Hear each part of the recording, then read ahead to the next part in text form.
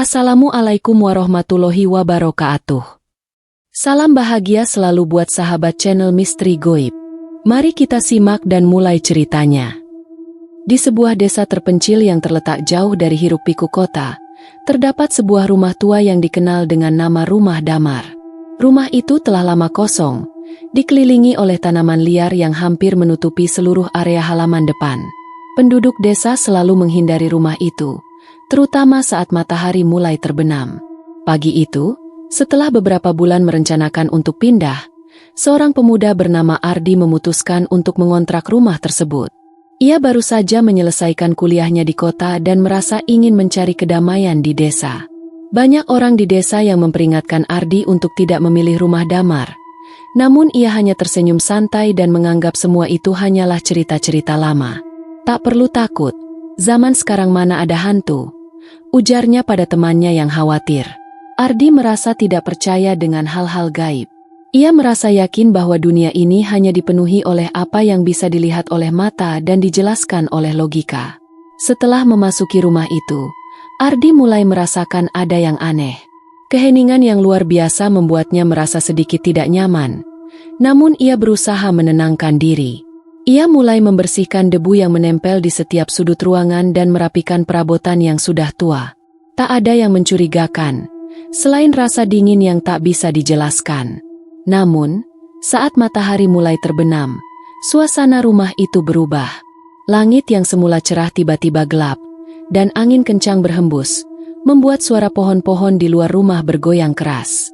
Ketika azan maghrib berkumandang, sesuatu yang aneh mulai terjadi. Suara-suara aneh terdengar dari dalam rumah, seolah ada seseorang yang berjalan di lantai atas.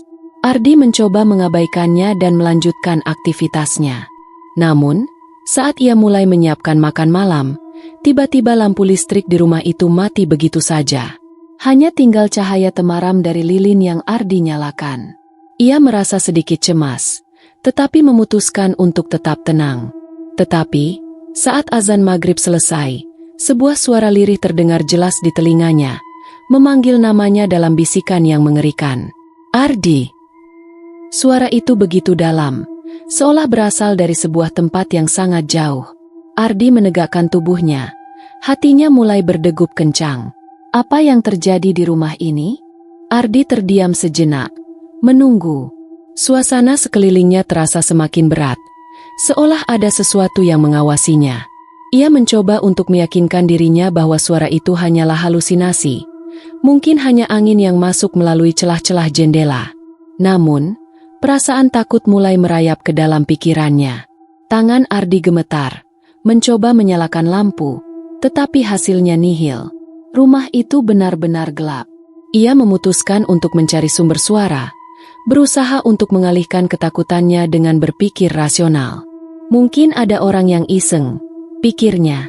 Tetapi saat ia melangkah ke ruang tamu, suara itu kembali terdengar.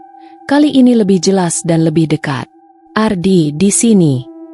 Ardi menoleh dengan cepat. Namun tak ada seorang pun di sekitar rumah. Hanya ada kesunyian yang mencekam, seakan rumah ini benar-benar menelan seluruh dunia di luar sana. Ia merasa ada yang tidak beres, namun rasa penasaran mendorongnya untuk melangkah ke lantai atas. Langkah demi langkah, Ardi menaiki tangga kayu yang berderit setiap kali diinjaknya. Meskipun udara semakin dingin, keringat mulai mengalir di dahinya. Sesampainya di lantai atas, ia berhenti sejenak, menatap lorong panjang yang gelap. Tiba-tiba, ia mendengar suara bisikan lain yang kali ini terdengar lebih jelas dari balik pintu kamar di ujung lorong. Ardi, masuklah. Tanpa sadar, langkah Ardi semakin mendekat ke pintu itu, seolah ada kekuatan yang menggerakkannya. Ia mencoba menahan langkahnya, namun matanya terpaku pada gagang pintu yang berputar perlahan, meski tidak ada angin. Suasana semakin mencekam. Jantung Ardi berdegup semakin keras. Suara bisikan itu makin menguat, seperti memanggilnya, memaksanya untuk membuka pintu. Dengan satu dorongan tekad yang tersisa, Ardi akhirnya membuka pintu itu. Begitu pintu terbuka, suasana di dalam kamar itu begitu dingin, seakan ruangan itu tidak pernah tersentuh matahari. Di dalam kamar yang penuh debu dan cobweb, terlihat sebuah cermin besar yang terpasang di dinding. Cermin itu mencolok, dan Ardi merasa seperti ada yang mengundangnya untuk melihat ke dalamnya. Namun, begitu matanya tertuju pada permukaan cermin, ia terkejut. Bukan wajahnya yang muncul di sana, melainkan sosok seorang wanita berambut panjang yang menatapnya dengan mata kosong. Sosok itu berdiri di balik bayangannya, menatapnya tanpa berkedip. Ardi merinding. Sosok itu bergerak perlahan, mendekat, semakin mendekat. Tiba-tiba, suara yang sama terdengar kembali. Kali ini sangat jelas. "Ardi, aku menunggumu." Mata Ardi terbuka lebar. Ketakutan mulai menguasai dirinya. Dengan segenap tenaga, ia berbalik dan berlari meninggalkan kamar itu. Namun saat ia menutup pintu dengan kasar, suara bisikan itu terus mengikutinya, seolah mengikuti setiap langkahnya. Ardi merasa, untuk pertama kalinya, bahwa rumah ini tidak sekadar kosong. Sesuatu yang sangat gelap dan menakutkan berada di sini, dan ia baru saja mengganggu kedamaian itu. Ardi berlari turun tangga dengan panik. Jantungnya berdebar hebat. Keringat membasahi dahinya, dan langkahnya terasa berat. Suara bisikan yang memanggil namanya masih terdengar jelas, seperti menggema di setiap sudut rumah. Ia tidak berani menoleh, takut jika apa yang ada di belakangnya itu semakin mendekat. Sesampainya di lantai bawah, Ardi langsung menuju pintu depan, berusaha untuk membuka pintu dengan cepat. Namun, kunci yang biasanya mudah diputar terasa begitu sulit. Tangan Ardi gemetar, dan ia semakin panik. Setiap detik terasa seperti 1000 tahun. Suara bisikan itu semakin keras. Kini terdengar seperti langkah-langkah yang mengikutinya. Suara itu, yang tadinya hanya bisikan lembut, kini berubah menjadi suara jeritan yang memekakan telinga. "Ardi, jangan lari." Bisik suara itu, sangat dekat. Akhirnya, pintu berhasil terbuka dengan suara berderit keras. Ardi melompat keluar, langsung berlari menuju hutan di belakang rumah, meskipun kegelapan semakin pekat. Ia merasa ada sesuatu yang mengikutinya, sesuatu yang tak terlihat tetapi sangat nyata. Suara langkah-langkah berat mengiringi langkahnya, seperti makhluk yang tak kasat mata mengejarnya. Hampir tak bisa bernapas, Ardi terus berlari, menembus kegelapan malam yang pekat. Ia merasa seperti dikejar oleh sesuatu yang tak bisa dilihat. Namun setiap detik ia merasa semakin dekat dengan kematian. Rasa takut itu mencekam seluruh tubuhnya, seolah setiap helaan napasnya menjadi lebih berat. Namun, saat ia semakin masuk ke dalam hutan, langkah-langkah itu berhenti. Keheningan yang mencekam kembali menyelimuti. Hanya terdengar suara angin yang berdesir di antara pepohonan. Ardi berhenti sejenak, mencoba untuk menenangkan diri, meskipun tubuhnya masih bergetar. Di tengah keheningan itu, tiba-tiba terdengar suara tawa. Tawa yang tidak manusiawi, penuh dengan kejahatan dan kebencian. Suara itu datang dari dalam hutan, dan Ardi bisa merasakannya. Suara tawa itu semakin dekat, semakin jelas. Ia bisa merasakan kehadiran makhluk itu di sekitarnya. "Ardi, kamu tidak bisa lari dariku." Tawa itu semakin memekakan telinga, seolah mengelilinginya. Ardi berbalik, mencoba mencari arah, namun hutan itu seakan berubah menjadi labirin tanpa ujung. Semua jalan terasa sama, dan bayangannya semakin kabur. Namun, saat ia melangkah lebih jauh, sosok itu kembali muncul. Kali ini, ia melihatnya di antara pepohonan. Wanita berambut panjang itu, dengan wajah pucat yang hancur, berdiri di tengah jalan. Matanya kosong, seperti tidak ada jiwa di dalamnya, hanya kekosongan yang menakutkan. Ardi terdiam, tubuhnya kaku. Wanita itu tersenyum lebar, menunjukkan gigi-gigi tajam yang terlihat seperti sudah lama tidak digunakan. "Sudah saatnya kamu kembali." Suara itu terdengar sekali lagi. Kali ini tidak hanya di telinga, tetapi juga di dalam pikirannya. Rasanya seperti ada sesuatu yang menariknya menuju sosok itu. Seakan-akan tubuhnya tidak lagi miliknya. Dengan kekuatan yang tersisa, Ardi berbalik dan berlari ke arah yang berlawanan. Tetapi wanita itu terus mengikuti dari kejauhan, hanya tersenyum sinis, seolah tahu bahwa lari tidak akan menyelamatkan Ardi. Desiran angin di sekitar Ardi semakin kencang, Suara tawa semakin menguasai seluruh hutan. Dalam kegelapan, Ardi merasa dirinya semakin terperangkap. Di satu titik, ia merasa ada sesuatu yang mencengkram kakinya, menariknya jatuh ke tanah. Dalam kegelisahan, Ardi mencoba melawan, namun tubuhnya seakan dipenuhi dengan berat yang tak tertahankan. Sosok itu sudah berada di depannya, dan dengan perlahan, ia mengangkat tangan untuk menyentuh wajah Ardi. "Sudah waktunya kamu menjadi bagian dari kami." Saat itu, Ardi merasakan segala tenaga dan harapan terkuras habis.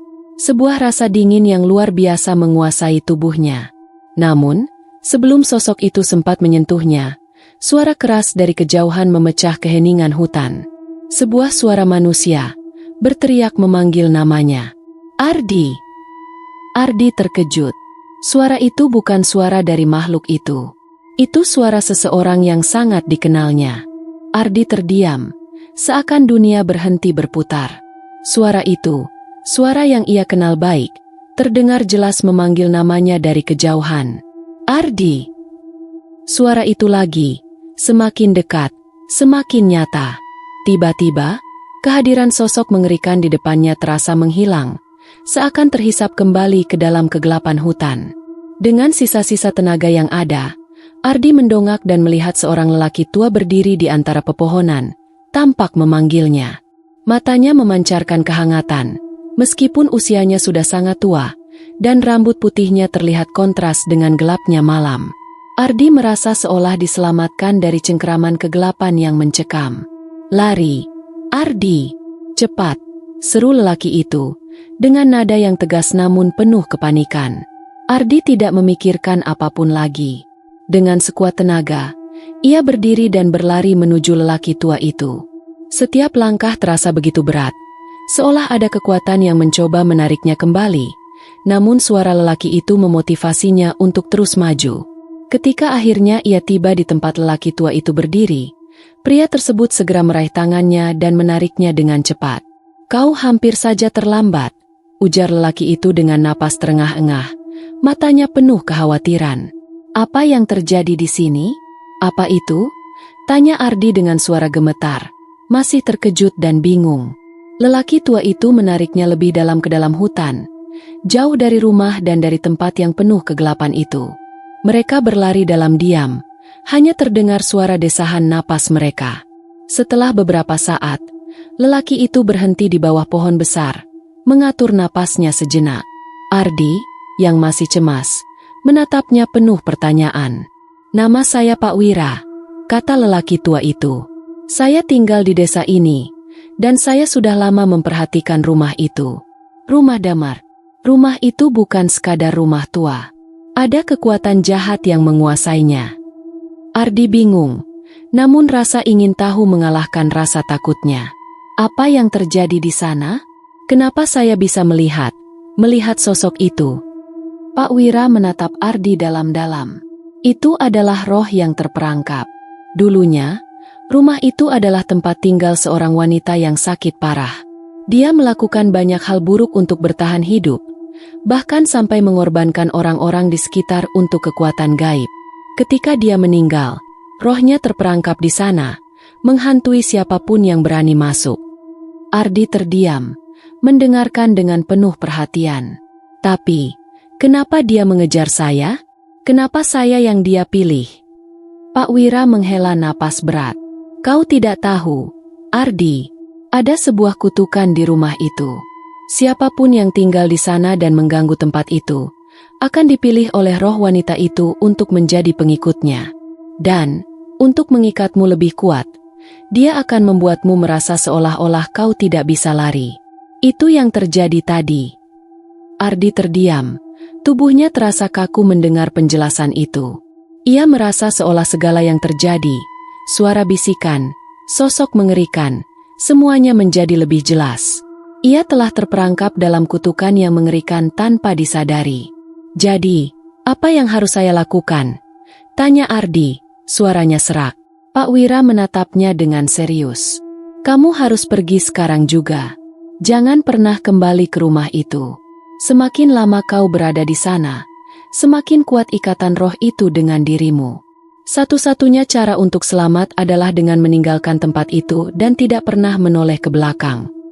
Namun, sebelum Ardi sempat merespon, suara tawa itu kembali terdengar. Tawa yang lebih mengerikan dan lebih dekat dari sebelumnya. Ardi menoleh dengan cepat, dan untuk sekejap, ia melihat bayangan sosok wanita berambut panjang di kejauhan, mendekat dengan kecepatan yang mengerikan. "Dia datang lagi," kata Pak Wira dengan nada tegas. "Lari, Ardi, sekarang juga." Ardi, dengan jantung yang berdebar kencang, berlari lagi tanpa berpikir panjang. Di belakangnya, suara tawa yang menyeramkan semakin keras, semakin memekakan telinga. Pak Wira berlari di sampingnya, memimpin jalan menuju desa. Namun, Ardi bisa merasakan kekuatan yang luar biasa berusaha menyeretnya kembali. Sosok itu semakin dekat, semakin nyata. Ketika akhirnya mereka hampir sampai di perbatasan desa, Ardi menoleh sekali lagi, dan untuk sekejap, melihat wanita itu di kejauhan, berdiri di ujung jalan dengan tatapan kosong yang menakutkan. Saat itu, Ardi merasakan bahwa mungkin, untuk pertama kalinya, ia benar-benar selamat dari teror itu.